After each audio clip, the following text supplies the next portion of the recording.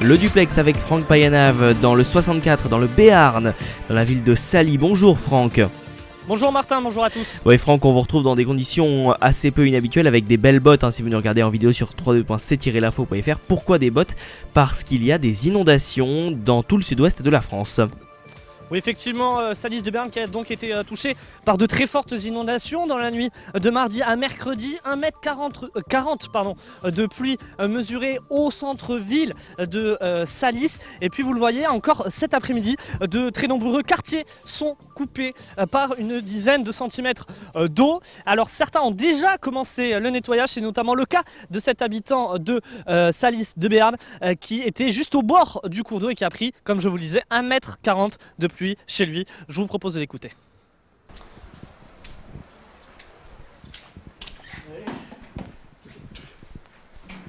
Vous avez combien de mètres d'eau à peu près? Plus d'un mètre? Là, la hauteur, là. La hauteur, vous voyez. C'est déjà arrivé que vous ayez autant d'eau chez vous ou c'est la première fois? C'est la première fois. Je me demande s'il n'y a pas eu quelque chose de fait en aval. Parce que d'habitude, les vieux avaient prévu les marches pour les inondations. Et le maximum qu'il y a eu dedans, ça a été 3 cm. Ici, c'est ce qu'on appelait les souillardes, c'est-à-dire un genre de petite cave, avec le dessous était en terre, et l'eau arrive par là. Voilà. D'accord. Après, là, elle repart pas toujours aussi vite, donc il faut la sortir. J'ai mon fils qui va arriver dans quelques minutes avec une pompe, mais en attendant, on va prendre un peu d'avance.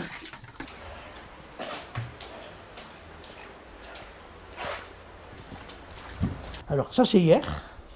C'est hier, c'est autour de 16h, presque 17h. Et puis vous voyez, tac, ça passe par-dessus. Là on arrive, vous voyez, il commence à faire nuit. Il est 19h30, 20h, parce que c'était sombre. Vous voyez, on arrive sous le...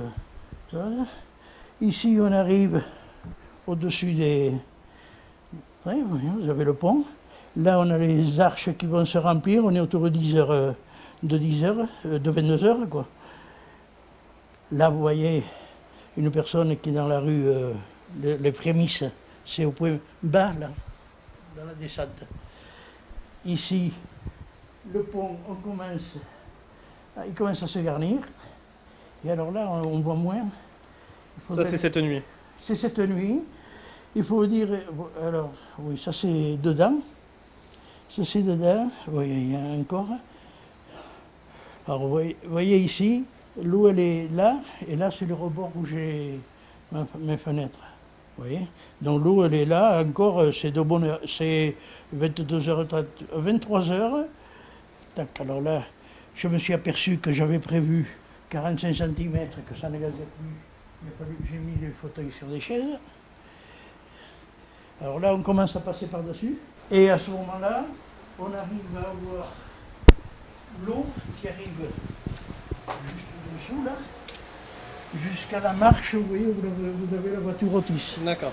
Et ça, c'est l'égalité de l'eau sur tout le long.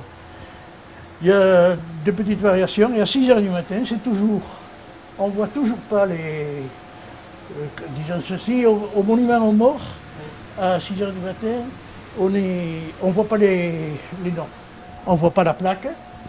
La voiture à l'eau jusqu'au rétro. D'accord. Ouais. Et puis après ça commence à redescendre. Voilà, tranquillement. Le nettoyage avec la décrue qui va donc se poursuivre ici à Salis de Béarn, il va falloir plusieurs jours, voire peut-être même plusieurs semaines afin que Salis de Béarn soigne ses plaies et surtout qu'elle retrouve sa tranquillité. Merci beaucoup mon cher Franck et bon courage en tout cas pour la suite des événements. On espère que tout cela ira mieux dans les prochains jours avec le retour du soleil.